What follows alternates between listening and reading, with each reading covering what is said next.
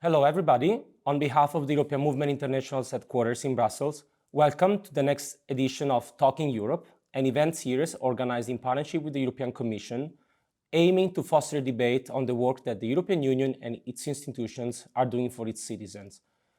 Specifically for these editions, we've been focusing on the work of the European Parliament and all the debate around the European elections. And today, we are very lucky and very delighted to be joined by Marc Angel, Vice President of the European Parliament from Luxembourg, representing the S&D Group. Marc, thank you very much for being with us. Well, it's a pleasure being with you. It's really, really lovely. And especially in these times, of campaign and, we're very close to the European elections. And I presume those are very busy times for you. Very busy. And I'm happy to have this little break. I came to Brussels today for Ida Hobbit Day and also for this interview with you. So it was a bit 20 hours off campaign, and now I'm driving back home, and I will campaign until the last minute because there's so much at stake this time. Absolutely, and there is no time to lose. And before going a bit more into the campaign and the upcoming elections, which is definitely very exciting and interesting, it'd be interesting maybe to take a step back and take a look at these last 5 years. As you know, your mandate is coming to a close. And if you could just maybe take stock of some of them, what you think are the main achievements or milestones of your mandate and your work in the last 5 years. If I see my work, but of course that was also collective work of my political group, and I'm very proud of the deepening of the social dimension we had in the European Union. We have a directive of European minimum wages, decent minimum wages. We have a directive to protect platform workers. These are issues where we really showed that the European Union, it's not only about the single market and about the economy, which is very important. I do not want to say that, but we don't forget the people who live and work in this single market.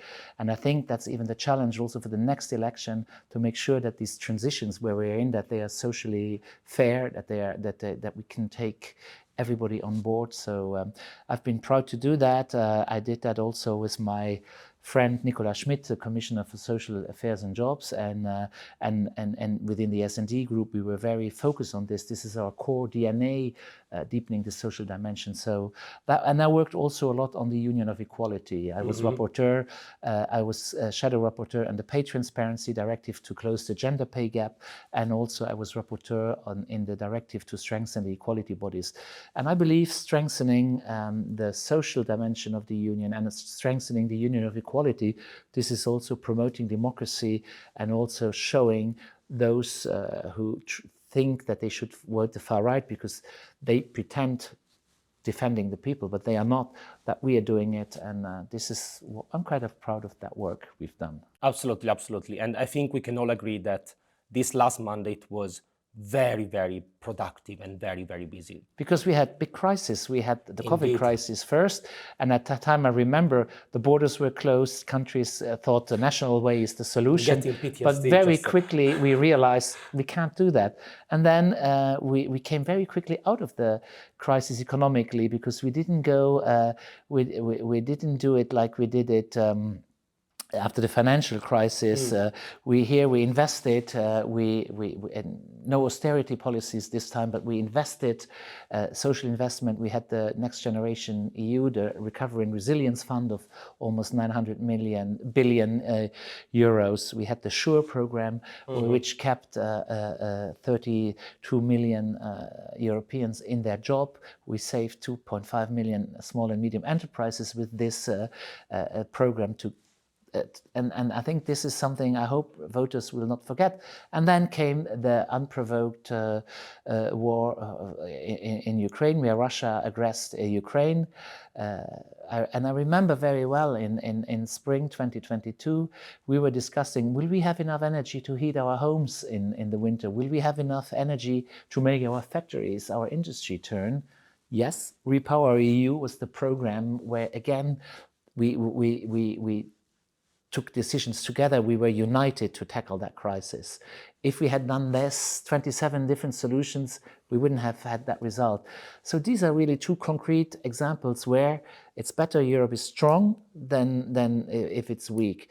And I'm campaigning in Luxembourg with a slogan. I tell the people, listen, if Europe wins, Luxembourg wins. But if I would be German, Italian, Polish or whatever, we all win if Europe wins. Excellent. And if Europe is weakened, we are losing.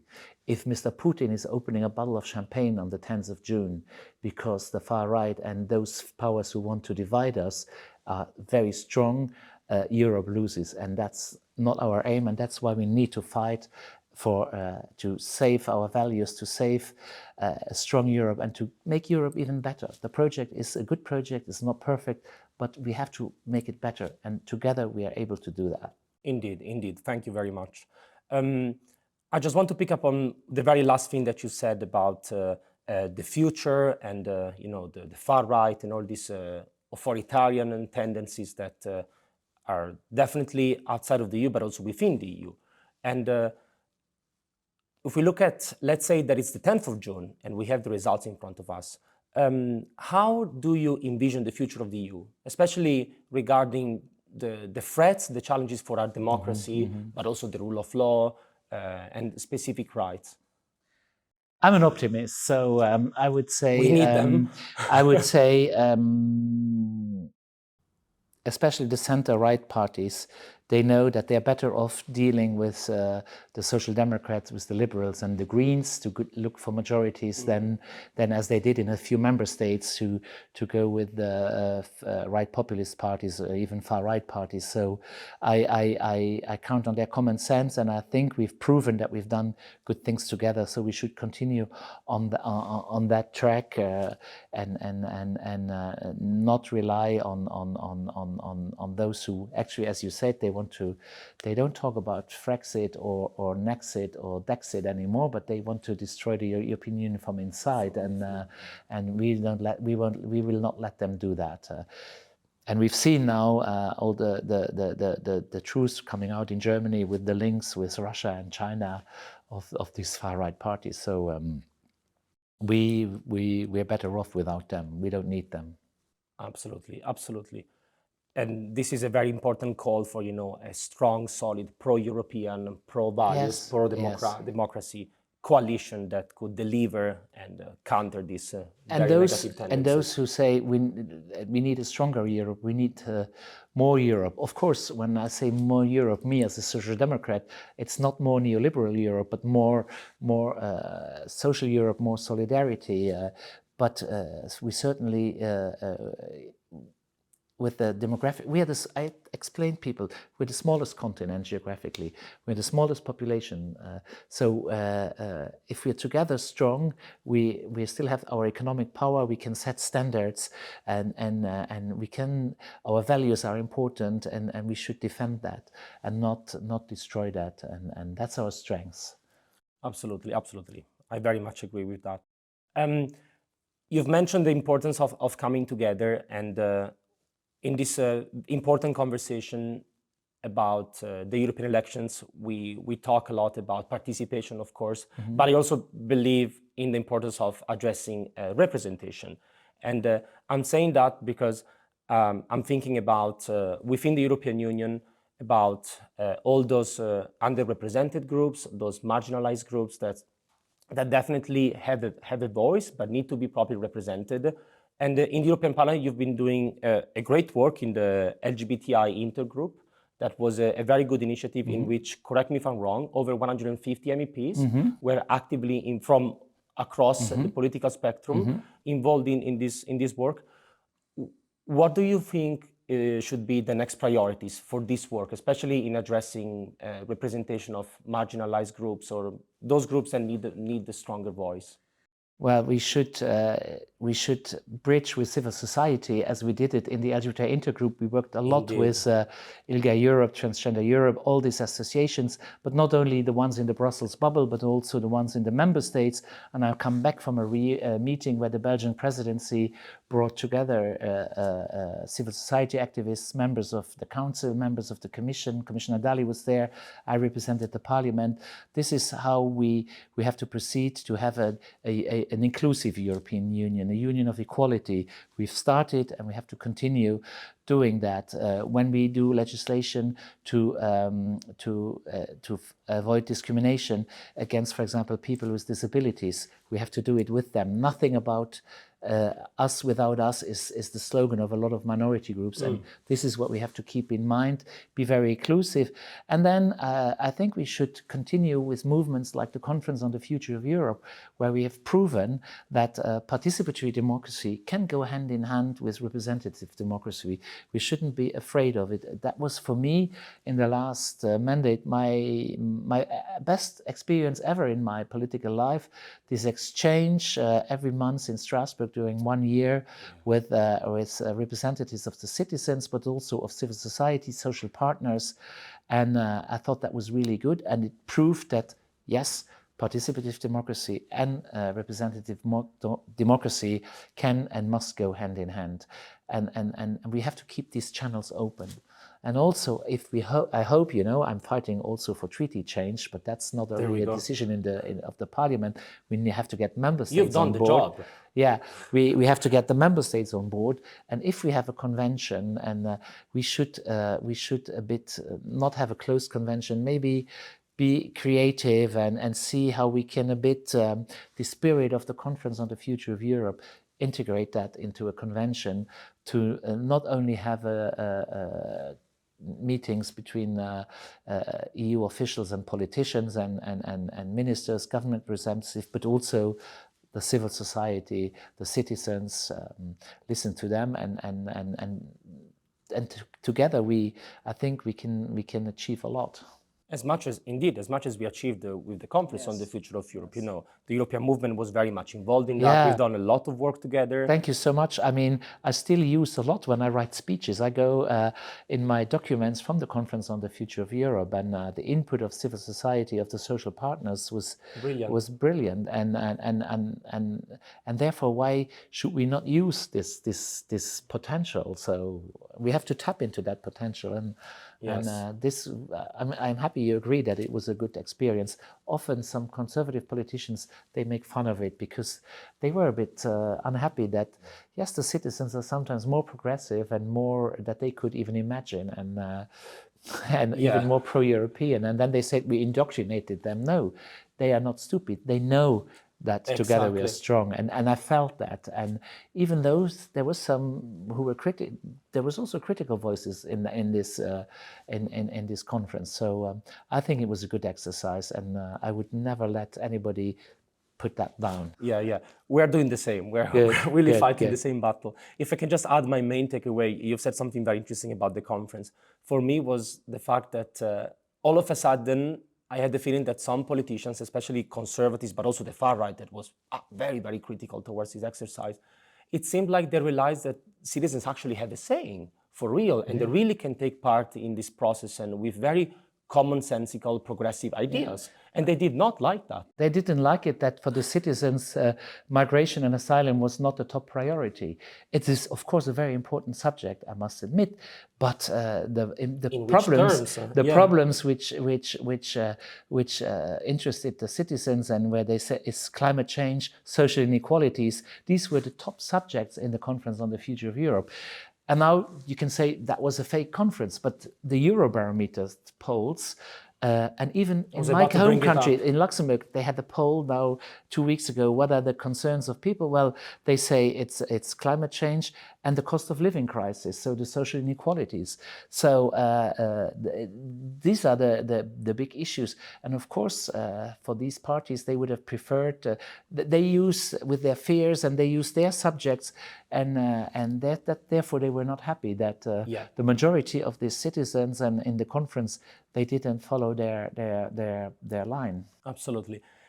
You've mentioned Eurobarometer, and I wanted to bring it up and maybe take a look at some of the key findings of the recent Spring Eurobarometer that was really, really interesting, and some findings were really revealing, and you've mentioned some of them. I think it was very essential and interesting to see that citizens look at the European Union really as a place where, you know, things can be sorted out, a reliable place. Also, a very strong data that was mentioned a lot by the Parliament is that for the first time, the role of the European Parliament as an institution, a trustworthy, effective institution, was very high in percentage, and that was the first time. What's your take? Why do you think, how can you explain this very positive development, especially as someone that has worked there and represented it for the last 5 years? Well, this is a difficult question. Maybe they see the work we've done, and as I said in the beginning, I think they understand that Europe helped us out of this difficult crisis, and they see other crises. They see the war on our border, they see the war in the Middle East, and they see the climate change. They see the droughts. They see the floods. They see the forest fires. They've seen that there is a change. And they see that the solutions we propose with the Green Deal are the right ones, even though some parties try to water it down and say we have to make a pause, but climate change doesn't make a pause. But and I think they have high expectations on us that we make sure that we leave no one behind. I think this is important, so they trust us now, but we have to make sure that we keep this trust and that we don't disappoint them in the next 5 years. Indeed, you've mentioned, if we are back, we have elections. Of course, if we are back. You've mentioned expectations, and indeed, I wanted to follow up on that. Like, it does feel like a big responsibility, especially in these very challenging times. Yeah, it is a responsibility, and sometimes there is votes which are very difficult, where you say, yeah, the glass is half full, or is it half empty? Do I consider it as half full or half empty? And it's about compromise. You can't always get it all. You know, I was an activist in my former life too, and I know how difficult it is for them sometimes to accept decisions. But I see also the process. It's quite. Sometimes you can't get more. You have to take and then say next. We have to keep on building up. So it is. Sometimes we disappoint people too. I've been criticized too, but that's democracy. You have to live with it. But I hope that this responsibility, we can be on the height of this responsibility we're given by citizens. Absolutely. Thank you very much. I have a last question. Yes. That we've been asking politicians, but also we've been asking ourselves in this office. What is your wish? If you could pick like your best wish for these European elections. My best wish for these European elections is... Oh, this is a difficult question. I have so many wishes. I know. That there will be a majority coming out that continues to deepen the social dimension of Europe, who is very strong on defending rule of law. And maybe we always say, leave no one behind. And there have been many people left behind already, that we make a priority of them. And then, because if we are good with these people who have been left behind, then we're good with everyone. And I think this is something which is, for me as a Social Democrat, quite important. Brilliant. Well, thank you very much, Marc. Welcome, and it was a pleasure being with you. And I love your cup here, which says, Europe is my cup of tea. Yes, indeed, Europe is my cup of tea. Absolutely. And thank you very much, everybody, for tuning in and listening to us.